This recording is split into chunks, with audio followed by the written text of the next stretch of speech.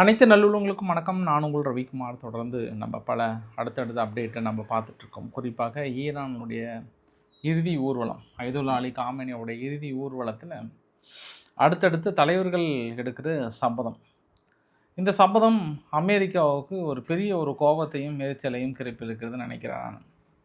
இன்றைக்கிலே மறுபடியும் நான் தாக்கலில் துவங்க வேண்டியதுதான், நாங்கள் போனால் போன்னு விட்டு வச்சுருக்கிறோம் அப்படின்ற மாதிரி அவங்க சொல்ல, மறுபடியும் அங்கேருந்து ஏன்னா அமெரிக்கா இஸ்ரேல் தாக்கல் நடத்தியதில் உயிரிழந்திருக்கிறாங்க.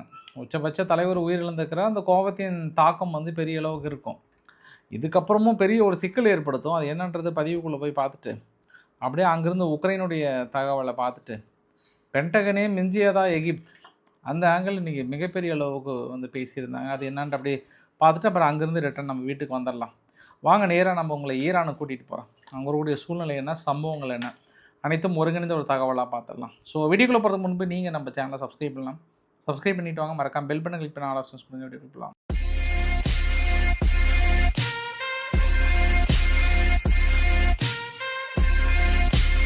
அயதுல்லா அலி காமெனி அவர்களுடைய இறுதி ஊர்வலம் பொதுமக்களுடைய பார்வைக்கு வைக்கப்பட்டிருக்கிறது. கோம் என்ற நகரை நோக்கி நகர்ந்து கொண்டிருக்கிறது. இறுதி ஊர்வலம் 9ஆம் தேதி வரைக்கும் இருக்குது. இன்னும் ஒரு 4 நாள் இருக்குது. பெரிய அளவுக்கான ஒரு லார்ஜ் க்ரௌடு, வெப்ப அலை வீசி கொண்டு தான் இருக்கிறது. வெப்ப அலையை சமாளிப்பதற்கு எல்லாமே அங்கங்கே எல்லா இடத்துலையும் ரொம்ப தண்ணீர் மாதிரி பீச்சு அடித்து ஓரளவுக்கு சமாளிக்கிறாங்க.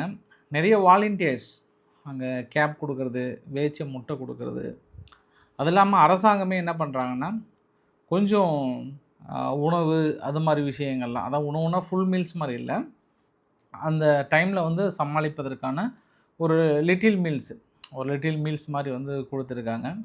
பெரிய ஒரு லார்ஜ் எலாபரேட்டாக பண்ணியிருக்காங்க ஈரான் தரப்பில். அந்த ஏற்பாடுகள் அது எல்லாமே பார்க்கும்போது தெரியுது. இன்றைக்கி அயதுல்லா அலி காமெனி அவர்களுடைய மற்ற 3 மகன்கள் வந்திருந்தாங்க. எல்லாமே ஒரு மாதிரி உருகி கண்ணீர் வடித்து அப்படியே ரொம்ப உருகி பேசியிருந்தாங்க, பார்க்க முடிஞ்சது.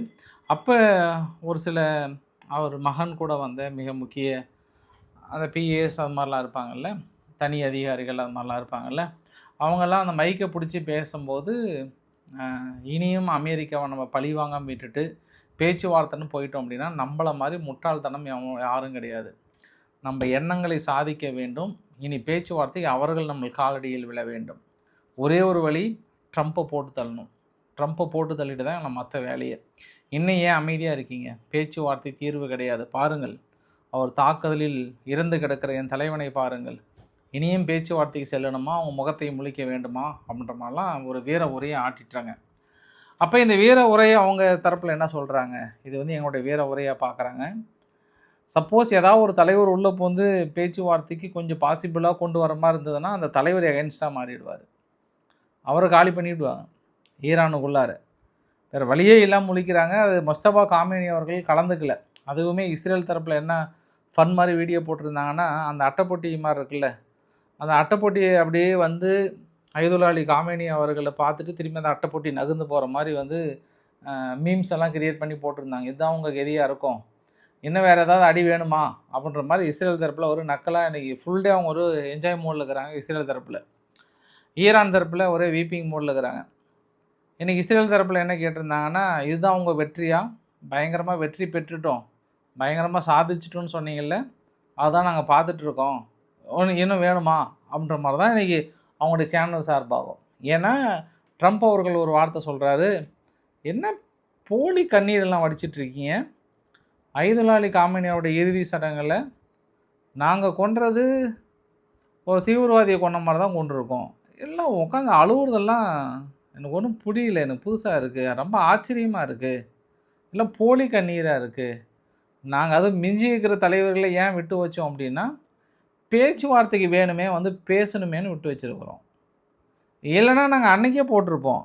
இப்போ கூட ஒரு வாய்ப்பு இருக்குதான், போட்டால் எல்லாம் ஒரே இடத்துல முடிஞ்சிருவீங்க. ஆனால் சரி, இன்னும் மறுபடியும் பேச்சுவார்த்தைக்கு வேண்டுமேன்றதுக்காக நான் விட்டு வைக்கிறேன் அப்படின்னு சொல்கிறாரு. அப்போ இந்த ஒரு வார்த்தை இது நேரடியாகவே ஈரானுக்கு செமையான உறுத்தலாகும், டென்ஷனாக இருக்கும். ஒரு மாதிரி என்னது, எங்கள் தலைவரை தீவிரவாதின்றியா, என்னது போலி கண்ணீரா, மக்கள் நடித்து கொண்டிருக்கிறார்களா, என்னது இருக்கிற தலைவரையும் நீங்கள் குண்டு போட்டுருவீங்களா அப்படின்ற மாதிரி அவங்க தரப்பில். ஏன்னா அந்த இறுதி ஊர்வலத்தில் ஒரு சில மக்கள் என்ன பண்ணாங்கன்னா ரெட் ஃப்ளாக் குத்திட்டு வந்துட்டாங்க.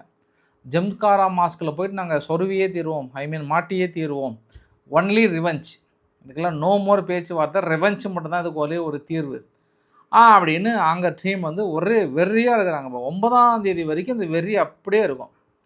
இதுக்கப்புறம் பேச்சுவார்த்தைக்கு போனால் என்ன பாஸ் நீங்கள் பாசிட்டிவாக நீங்கள் பெருசாக கிடைச்சிரும்னு நினைக்கிறீங்க? இது எப்படி நடந்துரும்னு நினைக்கிறீங்க நீங்கள்?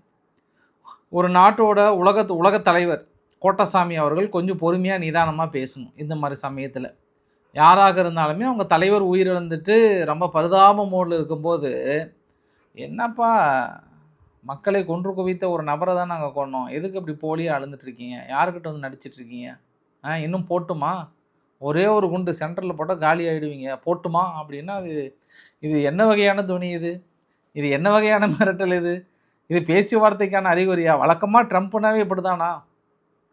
அதாவது இவங்க இஸ்ரேல்லாம் தூக்கி சாப்பிட்டார் ட்ரம்ப்பு, பெரிய அளவுக்கு சொல்லியிருக்கிறார். இப்போ போதாத குறைக்கு எமினி அவதிக்கல் வேறு, சனாவிலிருந்து கிளம்பிய விமானங்களை பறக்க விடாமல் சவுதி அரேபியா ஓடி வந்து தடுத்து, அதுக்கப்புறம் ஈரான்கிட்ட ரெக்கமெண்ட் போயிட்டு, ஈரான் போயிட்டு சவுதி கிட்ட கேட்டு, அதுக்கப்புறமும் சவுதி விடாமல் வேறு எங்கேயோ சுற்றி போய் தரையிறங்கி மறுபடியும் அவங்க சவுதி வழியாக வராமல் வேறு வழியாக வந்து தரையிறங்கினதை மிகப்பெரிய அவமானமாக பார்க்குறாங்க எமினி அவதிகள். அதனால் நாங்கள் சவுதி மீது தாக்குதலை நடத்தியே தீர்வோம் என்று சொல்லியிருக்கிறார்கள். இன்று கூட மதிய வேளையிலே அந்த செங்கடல் பகுதியிலே ஒரு இஸ்ரேலினுடைய கப்பல் மீது தாக்குதல் நடத்தி இருக்கிறோம், நிச்சயம் சேதாரம் அடைந்திருக்கிறது என்று சொல்லியிருக்கிறார்கள். ஆனால் கப்பல் சேதாரம் அடைந்தது உண்மைதான், ஆனால் அது இஸ்ரேலுக்கான கப்பலா என்று விசாரணை நடைபெற்று கொண்டிருக்கிறது. இனியில் நாங்கள் சும்மா விட மாட்டோம், ஒரு பக்கம் சவுதி, இன்னொரு பக்கம் வந்து இஸ்ரேலை வெளுக்க போகிறோம் நாங்கள் அப்படின்னு இருக்காங்க. அதனால் எந்த நேரத்தில்னாலும் கொஞ்சம் அந்த பக்கம் இஸ்ரேலுக்கு போர் அடிக்குது, ஹவுதிகள் வேறு கூப்பிட்டுட்ருக்காங்க. அது இல்லாமல் இவங்க சவுதி மீது தாக்கல் நடத்துகிறாங்களா இல்லை இஸ்ரேல் வந்து ஹவுதிகள் மீது தாக்கல் நடத்துகிறாங்களா அப்படின்றத நம்ம பொறுத்து இருந்து பார்க்கணும். நம்ம அதே வேளையிலே அங்கே அது ஸ்ட்ரெய்ட் ஆஃப் ஹார்முஸ் பகுதி இருக்கு இல்லையா, அங்கே வந்து ஒரு சில சலுகைகளை வந்து அனௌன்ஸ் பண்ணியிருக்காங்க ஈரான் தரப்பில். இனி சீனா மற்றும் நட்பு நாடுகளுக்கு பலவித சலுகைகள் அள்ளி வீசப்படும். அவங்கக்கிட்ட இதுக்கப்புறம் நாங்கள் டோல்லாம் வாங்க மாட்டேன்ட்டாங்க. அந்த கப்பல் வழியாக போனால், அடே யாருப்பா சீனா கப்பலாக வாப்பா, 2 ரோஸ் மில்க் குடிச்சிட்டு போப்பா, ரொம்ப வெயிலாக இருக்குது, வேறு ஏதாவது தர்பூசணி சாப்பிட்டு போறியாப்பா அப்படின்னு ஆஃபர் கொடுப்பாங்க. மற்ற கப்பலாம் தான் பாப்பா வாரமா போ அப்படின்ற மாதிரி ஒரு சில ஆஃபர்களை அள்ளி வீசுகிறோம் அப்படின்னு சொல்லியிருக்காங்க. எங்கள் கட்டளைக்கு அடிப்பணிகிற கப்பல் மட்டுமே நாங்கள் அனுமதிப்போம் அப்படின்னு சொன்னாங்க. ரொம்ப நாளைக்கு அப்புறம் கத்தாருக்கும் ஈரானுக்கான ஏற்றுமதி இறக்குமதியை ஒப்புதல் கொடுத்துருக்காங்க. ஸ்ட்ரெய்ட் ஆஃப் ஹார்முஸில் பெண்டிங்கில் இருந்த, அதாவது நிறைய ஒரு சில எல்என்ஜி டெர்மினல் மீதோ இல்லை கம்பெனிகள் மீதோலாம் தாக்கல் நடத்துறது எல்லாமே வந்து முழுமையாக அவுட்ஃப்ளோ வர ஆரம்பிச்சிருச்சு. இன்றைக்கி கூட இந்தியா வந்து இந்த எல்என்ஜி மீது இருக்கக்கூடிய ஒட்டுமொத்த தடைகளும் நீக்கிட்டாங்க. இது மாதிரி கடைங்களுக்கு முன்னுரிமை, மக்களுக்கு முன்னுரிமை, அப்புறம் பல்காக கொடுக்க மாட்டோம்னு சொன்னது எல்லாமே ஹோல்டு பண்ணிட்டாங்க. இப்போ ஓரளவுக்கு எல்லாமே சகஜ நிலைமைக்கு வந்துட்டாங்க. அடுத்த மாதம் விலை குறைவதற்கான வாய்ப்புகள் இருக்குது. பட் யுத்தம் தொடங்காமல் இருந்தால், அது இந்த வெயில் காலம் முடியும்னு ஒரு 1.5 மாதம் வரைக்கும் இந்த பேச்சு ஆளாளுக்கு இப்படி வீர வசனம், அந்த பக்கம் ஓய் அப்படின்வாங்க, அந்த பக்கம் ஓய் அப்படின்வாங்க, இந்த மாதிரி நடந்துட்டு தான் இருக்கும். நம்ம ஜூலை 1ஆம் தேதி அமெரிக்கானுடைய ஹெலிகாப்டர் ஒன்று விபத்துக்குள்ளாக்கப்பட்டிருக்கிறது. அதிலேருந்து 4 பேர்த்த காப்பாற்றிட்டாங்க, மீதி ஒருத்தரை காப்பாற்ற முடியல. தொடர்ந்து 120 மணி நேரம் தேடுதல் வேட்டைக்கு அப்புறம் இன்றைக்கி கை கழுவிட்டாங்க. இல்லை முடியல, எங்களால் காப்பாற்ற முடியல. ஆனால் எப்படி இலக்குகள் ஆச்சு அப்படின்றத நாங்கள் பார்த்துட்ருக்குறோன்ற மாதிரி சொல்கிறாங்க. இன்றைக்கி இஸ்ரேல் என்ன சொல்கிறாங்கன்னா, காசாவுக்குள்ளார 2 ஹமாஸ் தீவிரவாதிகளை கொன்று குவித்திருக்கிறோம். இது அக்டோபர் 7ஆம் தேதி மூளையாக இருந்தவர்களை நாங்கள் கொன்று குவித்திருக்கிறோம் அப்படின்னு சொல்கிறாங்க. ஐ திங்க் இன்னொரு விஷயத்தை நம்ம மிஸ் பண்ணிட்டோம். உங்களுக்கு அமெரிக்கானுடைய கப்பல் யூஎஸ்எஸ் ஆப்ரகாம் லிங்கன் வந்து இந்த பக்கம் ஹோமன் பக்கத்தில் வந்திருக்கு. மேபி அது கிளம்பி ரெட்சி பக்கத்தில் வருதா, அந்த தாக்குதலுக்கான எனேபிள் இருக்கா அப்படின்ற மாதிரி வந்து சொல்லியிருந்தாங்க. இன்றைக்கி சதர்ன் லெபனான் பகுதியில் தாக்குதலை பெரிய அளவுக்கு முன்னெடுத்திருந்தாங்க இஸ்ரேல். காரணம் என்ன, சீஸ்பயரை வைலேட் பண்ணிட்டாங்க. தொடர்ந்து ஹெஸ்புல்லா எங்கள் மீது தாக்கல் நடத்தியிருக்காங்க, அதனால் நாங்கள் அடிக்க போகிறோன்ட்டாங்க. இன்றைக்கி எகிப்து வந்து ஒரு வார்த்தை சொல்கிறாங்க, மிக கடுமையான வார்த்தை. எங்களுக்கு என்ன பண்ணுவீங்களே தெரியாது இஸ்ரேல், அக்ரிமெண்ட் போட்ட மாதிரி எங்களுக்கு போட்டு கொடுத்துருங்க. அதாவது ஹமாஸுக்குள்ள அமைதி கொண்டு வந்துருங்க அப்படின்னு சொல்லப்பட்டதுக்கு இஸ்ரேல் தரப்பு என்ன சொல்லிட்டாங்கன்னா, ஹமாஸ் அமைப்பு தங்களின் ஆயுதங்களை ஒப்படைத்து சரணடையும் வரை காசாவில் மறுசீரமைப்பு பணிகள் எதுவும் தொடங்கப்படாது. இதில் நாங்கள் தெளிவாக இருக்கிறோம். எங்களுக்கு இடையிலான பேச்சுவார்த்தையில் நாங்கள் லெபனான் விவகாரத்தை பொறுத்த வரைக்கும் அமெரிக்கா எங்களுக்கு எந்த ப்ரெஷரும் கொடுக்கல, எங்களுக்கு ஃப்ரீடம் கொடுத்துருக்காங்க. நிச்சயம் ஹெஸ்புல்லாவுக்கும் அதே நிலைமை தான். அதை சதன் லெபனானுட்டு வெளியேறினாலும் சரியே, இல்லை காசா மக்களுக்கு மறு குடியமர்த்துறதா இருந்தாலும் சரி, நீங்கள் யார் என்ன சொன்னாலுமே ஆயுதங்களை போட்டு சரண்டர் அடையாமல் ஹெஸ்புல்லாவும் காசாவுக்குள்ளாரும் இனி ஒரு சிறு சம்பவம் கூட நடைபெறாது, அதில் தெளிவாக இருக்கும் அப்படின்னு சொல்லியிருக்கிறான்றது ஒரு கூடுதல் தகவலாக பார்க்க முடிகிறது. ஃபைனலாக அந்த ஒட்டுமொத்த சம்பவத்தையும் நம்ம சொல்ல வரணும் அப்படின்னா, மறுபடியும் தாக்கல் நடத்தினா தாங்குமா, அதுக்கான ஆல்டர்னேட் சோர்ஸஸ் வந்து இப்போயே அந்தந்த நாடுகள் பார்க்க வேண்டியது தான்.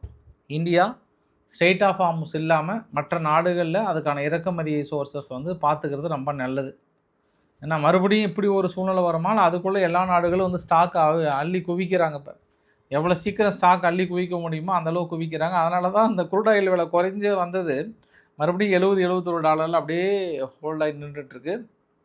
திங்கக்கிழமை தான் குறையுதான்னு பார்க்கலாம். நம்ம பாகிஸ்தான் விவகாரத்தை பார்த்துட்டு நம்ம உக்ரைன் விவகாரத்தை பார்த்துடலாம். பாகிஸ்தானுடைய ஏர்ஃபோர்ஸ் இன்டெலிஜென்ஸுடைய டைரக்டர் உடைய குரூப் கேப்டன் ஆசிஃப் தாரிக் என்ன பண்ணியிருக்கிறார், எங்கன்னா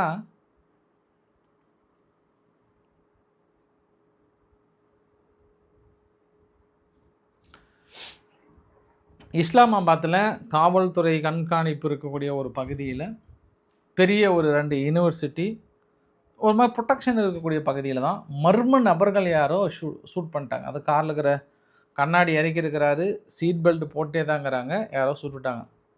மிகப்பெரிய ஒரு நபர். பாகிஸ்தான் என்ன சொல்லிட்டாங்கன்னா, சிம்பிளாக ஒரு பொண்ணு வந்து கடத்திட்டு போனாங்க, அந்த பொண்ணு மீட்கிறதுக்காக போனாங்க, அதில் கொஞ்சம் குண்டடிப்பட்டுருச்சுன்றாங்க. எப்போ ஒரு பப்ளிக் பிளேஸில் இருக்குது, பக்கத்தில் காவல் நிலையம் இருக்குது, அந்த பக்கம் யூனிவர்சிட்டி இருக்குது. இஸ்லாமாபாத் வந்து அவங்க பாதுகாப்பு நிறைந்த ஒரு பகுதி. அந்த இடத்துல ஒரு பொண்ணு கடத்திட்டு போயிட்டாங்க அப்படின்னாங்கன்னா அங்கே காவல்துறைக்கு என்ன வேலை, மற்றவங்களுக்கெல்லாம் என்ன வேலை? இவர் எப்படி ஏர்ஃபோர்ஸினுடைய இன்டெலிஜென்ட் டைரக்டர், அவர் கேப்டன், அவர் அது இல்லாமல் ரொம்ப ஒரு முக்கிய பொறுப்பில் இருந்த ஒரு நபர். அவரை அசால்ட்டாக போட்டு போயிருக்கிறாங்க. ஒரு பொண்ணு காப்பாற்ற போனார் ஒரு கேங் குரூப்புக்கிட்டேருந்து, அதனால் சுட்டுட்டாங்க அப்படின்னா ஏற்றுக்கிற மாதிரி இல்லை. அப்படி நீங்கள் காப்பாற்ற போகிற மாதிரி இருந்தாலும் சீட் பெல்ட்டை கூட கழட்டாமல் இப்படி காரில் அப்படியே இருந்து இறந்துருப்பாங்களா? ஸோ மர்ம நபர்கள் கொஞ்சம் ஷிஃப்டாக இருக்கிறாங்க. அதாவது இதற்கு முன்பு தடை செய்யப்பட்ட தீவிரவாதிகளை மட்டுமே வேட்டையாடி கொண்டிருந்த மர்ம நபர்கள் பாகிஸ்தானுடைய முக்கிய இன்டெலிஜென்ட் ஆஃபீஸர்ஸ் எல்லாம் போட ஆரம்பிச்சிட்டாங்க. ஒருவேளை இஸ்ரேலில் வேறு அவர் அதிகமாக சீண்டிட்டார், ஷபாக் ஷெரீஃப் அவர்கள் போயிட்டாங்க துருக்கியில் வேறு பயங்கர வேற வசனம். இனி இஸ்ரேல் தடை செய்யப்பட்ட தீவிரவாத நாடு என்று அனௌன்ஸ் பண்ணுறோம், இனி இஸ்ரேலை முடிப்பதுதான் வேலை, எங்கள் வாழ்நாளில் எதிரி நாடாக அனௌன்ஸ் பண்ணுறோன்னு பயங்கரமாக பேசினார். அதனால் இந்தியா நீங்கள் போகிற ரூட்டில் ரொம்ப ஸ்லோவாக இருக்குது, நாங்கள் கொஞ்சம் ஸ்பீடாக போகிறோம் வரையா அப்படின்ற மாதிரி கேட்ட மாதிரி எனக்கு தோணுது. நடக்கிற சம்பவத்தெல்லாம் பார்த்தா அப்படி தான் தோணுது. ஆப்கானிஸ்தான் எல்லை பகுதியில் ஆப்கானுடைய டிஃபென்ஸ் மினிஸ்டர் முசாத் அவருக்கு என்ன பண்ணியிருக்கிறாரு, அந்த டூரண்ட் லைனில் இருக்கக்கூடிய வீரர்கள்லாம் வந்து கை கொடுத்து குலுக்கி பயங்கரமாக உற்சாகப்படுத்தியிருக்கிறார். வீரர்களே தயாராக இருங்க, கொஞ்சம் தன்னாளைக்கு இடையில் கொஞ்சம் அப்படி இப்படின்னு போயிட்டு வந்தோம், இனிமேட்லாம் பிரித்து மேஞ்சிடலாம், தயாராக இருங்கன்னு உற்சாகப்படுத்தியிருக்கிறார். எந்த நேரத்துலையும் ஆடி மாதம் வரதுக்குள்ளே தாக்குதலை தொடங்குறாங்கன்ற மாதிரி முடிவில் எடுத்திருப்பதாக சொல்கிறாங்க. பார்க்கலாம். நம்ம உக்ரைன் விவகாரத்துக்கு போகிறதுக்கு முன்பு இந்த ஃபுட்பால் ஒரே ஒன்று மட்டும் சொல்லிடுறேன், தப்பாக நினச்சிக்காதீங்க.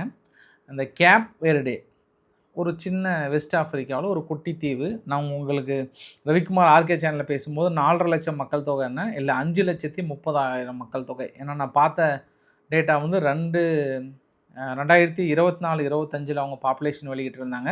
பட் ரீசெண்டாக 5,30,000 மக்கள் தான் அந்த கேப் வெர்டே வெஸ்ட் ஆஃப்ரிக்காவில் இருக்கக்கூடிய ஒரு குட்டி தீவு. நம்ம தமிழ்நாட்டில் கூட ஒரு டிஸ்ட்ரிக்ட் அளவு கூட இல்லை.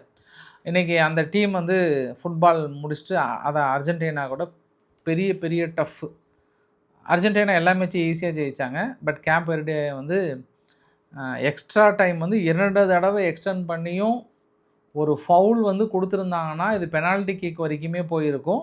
அந்த ஃபவுல் வந்து கொஞ்சம் அர்ஜென்டினாவுக்கு சாதகமாக நடந்துக்கிட்டதுனால மேட்ச் வந்து அவங்களுக்கு கொஞ்சம் ஜெயிச்சிட்டாங்க அர்ஜென்டினா. அதனால் பயங்கரமான ஒரு அந்த வரவேற்புலாம் பார்த்தீங்களா, மக்கள் கொண்டாடி தீர்க்குறாங்க. நீங்கள் எங்களுக்கு இதுவே எங்களுக்கு உலகக்கோப்பை வென்ற மாதிரி இருக்குன்றாங்க. இந்த நாடு வந்து உலகமே திரும்பி பார்த்துருக்குங்க. 5.30 லட்சம் உள்ள மக்கள் தொகை. 1975 போர்ச்சுகல்லிருந்து சுதந்திரம் வாங்குறாங்க. போர்ச்சுகல்லேருந்து சுதந்திரம் 500 வருடங்களாக போர்ச்சுகல்னுடைய ரூலில் இருந்த ஒரு நாடு, கிட்டத்தட்ட அடிமையாக இருந்த நாடு. 500 வருடங்களுக்கு மேலே 1975 சுதந்திரம் கிடச்சி, அதுக்கப்புறம் இன்றைக்கி நாடு இருக்கிற ஆப்பிரிக்க நாடுகளிலே வந்து ஜிடிபியோட வளர்ச்சி வந்து ரொம்ப சிறப்பாக இருக்கக்கூடிய நாடுன்னு சொல்கிறாங்க. அந்த மக்கள் கொண்டாடி தீர்க்குறாங்க அந்த ஃபுட்பால் பிளேயர்ஸை பார்த்து. எனக்கே சூப்பராக இருந்தது. நல்ல நான் அதுக்கப்புறம் தான் அந்த நாட்டினுடைய அமைப்புகள், அப்புறம் டூரிஸ்ட் வந்து சூப்பராக இருந்தது. நாட்டோட இதெல்லாமே போய் பார்க்க முடிஞ்சது. இன்னொரு விஷயத்தையும் பார்த்தேன். இப்போ வெடிஞ்சா காலையில் பார்த்தீங்கன்னா இங்கிலாந்து மெக்சிகோனுடைய மேட்ச். இந்த மெக்சிகோ வீரர்கள் என்ன பண்ணுறாங்க, அந்த இங்கிலாந்து வீரர்கள் தங்கியிருக்கக்கூடிய ஹோட்டலை சுற்றியும் ட்ரம்ஸையும் அதையும் பட்டாசும் வெடித்து தள்ளுறாங்க. தூங்க விடாதீங்களே, அவங்கள தூங்கவே விடாதீங்க, அப்போ தான் மேட்சுக்கு வந்தால் கரெக்டாக இருக்கும் அப்படின்னு நினைக்கிறாங்க. ஏதோ ஒரு படத்தில், இந்த விஜய் போக்கிரி படத்தில் தானே இவர் கடத்திட்டு போயிட்டு அவனை தூங்க விடாத அப்படின்னு சொல்லிட்டு பிடிச்சி வைப்பாங்களே, அந்த மாதிரி கண்டிஷனில் இவங்க என்ன பண்ணுறாங்க, ஒரு இங்கிலாந்து வீரர் கூட தூங்க விடக்கூடாதுன்னு சொல்லிட்டு பட்டாசை வெடித்து அதை வெடித்து பண்ணிகிட்டு இருக்கிறாங்க. What is this man, what is this அப்படின்ட்டு அங்கே காவல்துறையாவது ஒன்று தட்டி, ஏப்பா என்னப்பா இவ்வளோ நேரத்துக்கு பட்டாசு வெடிச்சிட்ருங்களே, ட்ரம்ஸ் எல்லாம் அடிச்சிட்ருங்களே, கிளம்புப்பான்னு சொல்லி. எவ்வளோ நான் காட்டின பதிவு வந்து 1 மணி, நைட்டு 1 மணிக்கு அந்த ட்ரம்ஸ் அதெல்லாம் அடிச்சிட்ருக்குறாங்க. அது மென்டலியாக கொஞ்சம் டிஸ்டர்படாக இருக்கும்ல, அது எப்படின்னு தெரியல, பார்க்கலாம். நம்ம அடுத்து நம்ம எங்கே போகலாம் எல்லாம். இந்த பதிவு வந்து டினிப்ரோவில் எடுத்தது. அதாவது மக்களை எவ்வளோ கட்டாயப்படுத்தி கம்பல் பண்ணி கொண்டு போகிறாங்க. பாவங்க, அங்கே உக்ரைனில் இருக்கக்கூடிய பெண்களுடைய விகிதம் அதிகமாகிடுச்சு, ஆண்கள் விகிதம் ரொம்ப ரொம்ப குறைஞ்சி போச்சுன்றாங்க. எப்படிங்க, எங்கே கல்யாணம் பண்ணுவாங்க, அங்கே எங்கே அவங்க வந்து அடுத்த கட்ட ஜென்ரேஷன் அவங்க பெருகிறது? அந்தளவுக்கு சூழ்நிலை. ஒரே ஒரு ஆண்கள் நடமாடுறதுக்கு இல்லை. இப்படி வலுக்கட்டாயமாக கொண்டு போய் தான் நீங்கள் பெருசாக சாதிச்சிட்ட மாதிரி சொல்கிறீங்களா அப்படின்னு இன்னொரு கேள்வி. முக்கிய நகரங்களை கைப்பற்றினதை வந்து அமெரிக்கான்னு வருது பாருங்கள். ரஷ்யா வந்து அனௌன்ஸ் பண்ணாலுமே உக்ரைன் வந்து மறுக்கிறாங்க. அடுத்தடுத்த பதிவுகள்லாம் வெளியிட்டிருக்காங்க. இன்றைக்கி ரஷ்யா தரப்பில் இருந்து முதல் முறையாக இந்த மாதிரியான பதிவுகளை ரொம்ப மாதத்துக்கு அப்புறம் நான் பார்க்குறேன். நான் ஒன்று சார்னோயூ ரீஜியனில் அவங்களுடைய டிஸ்ட்ரிபியூஷன், கேஸ் டிஸ்ட்ரிபியூஷன் ஸ்டேஷன் ஒன்று அடிச்சிட்டோம் அப்படின்ற மாதிரி வந்து போட்டிருந்தாங்க. இன்னொரு இடத்துல தொடர்ந்து முன்களத்தில் அவங்களுடைய motor vehicles, communication system, firing position, field ammunition deposit, UAE command post, எனிமிகளோட ட்ரோன்கள் இருக்கக்கூடிய பகுதியில் தொடர்ந்து நாங்கள் அழிச்சிட்ருக்கோம்னு சொல்கிறாங்க. ஜாப்ரோசிசியா பகுதியில் உக்ரைனுடைய ஆர்ம்டு ஃபோர்ஸ் இருக்கக்கூடிய லாஜிஸ்டிக் சென்டர் வந்து அழிச்சிருக்கோன்னு இருக்காங்க. தொடர்ந்து டினிப்ரோ பகுதியில் பெட்ரோல் பங்குகள்லாம் எதுவுமே இல்லாமல் பெரிய அளவுக்கு தடுமாறி கொண்டிருக்கிறதுன்னு சொல்லியிருக்காங்க. இந்த பதிவுகள்லாம் பார்க்கும்போது கொஞ்ச நாட்களாகவே உக்ரைனுடைய தாக்கம் அதிகமாக இருந்தது. சற்று 4-5 நாட்களாக கம்பேக், மறுபடியும் காலா வந்துட்டுன்னு சொல்லுன்ற மாதிரி ரஷ்யா வந்து களமிறங்கியிருக்கு. இனி கொஞ்சம் மேட்ச் டஃப்பாக தான் போகும். ஏன்னா இன்றைக்கி கூட புடின் அவர்கள் ட்ரம்ப்புக்கிட்ட ஃபோன் பண்ணி பேசினாராம். என்ன பேசினாருன்னு தெரில, அதுக்கப்புறம் சொல்கிறேன்னு இருக்காங்க. இந்த வீடியோட நிறைவு பகுதியில் இன்றைக்கி வடகொரியா வந்து ஒரு மிசைல்ஸ் டெஸ்ட் எடுத்திருக்காங்க. கிட்டத்தட்ட 12 க்ரூஸ் மிசைல்ஸ் ஒரே சமயத்தில் வந்து லான்ச் பண்ணியிருக்காங்க. அணு ஆயுதங்களை சுமந்து சென்று தாக்கல் நடத்தக்கூடிய ஹைலி அக்யூரசி, அப்படி நம்ம நினைக்கிற நேரத்தில் போய் அடிக்கும், நினைக்கிற இடங்களை போய் அடிக்கும்னு சொல்லிட்டு வடகொரியா மறுபடியும் தனது ஆயுத சோதனைகளை இறங்கியிருக்கிறாங்கன்றது கூடுதல் தகவல். இந்த வீடியோ பதிவு வந்து ஆக்டகன், அமெரிக்காவுடைய பென்டகனை விட 8 மடங்கு பெரிய உலகின் மிக பிரம்மாண்ட அமைச்சகத்தை, அதாவது பாதுகாப்பு அமைச்சகத்தினுடைய வளாகத்தை வந்து திறந்து வைத்திருக்கிறார் அல்சிசி அவர்கள். கிட்டத்தட்ட 5.5 கோடி சதுர அடியில் அமைந்துள்ள அந்த அதிநவீன மெகா ஆலை வந்து எகிப்து நாட்டினுடைய பாதுகாப்பு அம்சத்துக்கும் இராணுவ தலைமையகங்கள், அதிநவீன சைபர் செக்யூரிட்டி மையங்கள், 13 மண்டலங்கள் கொண்டிருக்கு. பென்டகனுடைய சைஸ் வந்து 6.5 மில்லியன் ஸ்கொயர் ஃபீட்டு. ஆனால் இவங்களது 50.5 மில்லியன் ஸ்கொயர் ஃபீட்டு. அவங்களுடைய பென்டகனுடைய லேண்ட் ஏரியா வந்து 583 ஏக்கரா தான். 22,000 ஏக்கருக்கு பக்கம் இருக்குது. மிகப்பெரிய அளவுக்கு பண்ணியிருக்காங்க. உலகையே வியக்க வைத்திருக்காங்க. இந்த ஆக்டகனுடைய பென்டகன் மாதிரி ஒரு இராணுவ கட்டமைப்பை வந்து சொல்ல முடியும். இன்னொரு வீடியோ பதிவில் இன்னொரு புகைப்படம் என்ன சொல்கிறாங்கன்னா, அடுத்தது அமெரிக்காவுடைய பொக்கிஷங்கள், அதாவது இப்போ இருக்கக்கூடிய ஐஃபோன், திமிங்கலத்தினுடைய எலும்பு கூடுகள், இன்னும் ஒரு சில முக்கிய பொருட்கள்லாம் வந்து ஒரு கேப்சூல் மாதிரி ஒரு பெருசாக உள்ளே போட்டு உள்ளே பாதுகாக்கிறாங்க. இது எப்போ மறுபடியும் ஓப்பன் பண்ணுவாங்க அப்படின்னா 2276ஆம் ஆண்டு கிட்டத்தட்ட ஏன்னா அமெரிக்கா 250க்கு வந்து பொக்கிஷமாக இது வந்து அடுத்த வருங்கால தலைமுறைக்கு அடுத்த ஒரு 500 250 வருஷம் கழித்து இது ஓப்பன் பண்ணுற மாதிரி ஒரு பிளான். கிட்டத்தட்ட 2276 அப்போ ஓப்பன் பண்ணோம் அப்படின்னா அப்போ ஜென்ரேஷன் வந்து தெரிஞ்சுக்கலான்றதுக்காக வந்து டைம் கேப்சூலை வந்து க்ளோஸ் பண்ணி வைத்திருக்காங்க. இருந்தாலும் பாஸ் எப்போ இது 2276 வர்றது? அதுக்குள்ளே மனுஷன் டயர்ட் ஆகிட மாட்டாங்க? 250 வருஷம் கழித்து அதை யார் ஓப்பன் பண்ண போகிறாங்கன்னு தெரியல. நம்ம பொறுத்து இருந்து பார்க்கலாம். நம்ம இன்றைக்கு ஓரளவுக்கான தகவலை கவர் பண்ண நினைக்கிறேன். பிடிச்சிருந்தால் லைக் பண்ணுங்கள், ஃப்ரெண்ட்ஸுக்கு ஷேர் பண்ணுங்கள், சப்ஸ்கிரைப் பண்ணுங்கள். ரவிக்குமார் சோமுச்சல். நன்றி, வணக்கம்.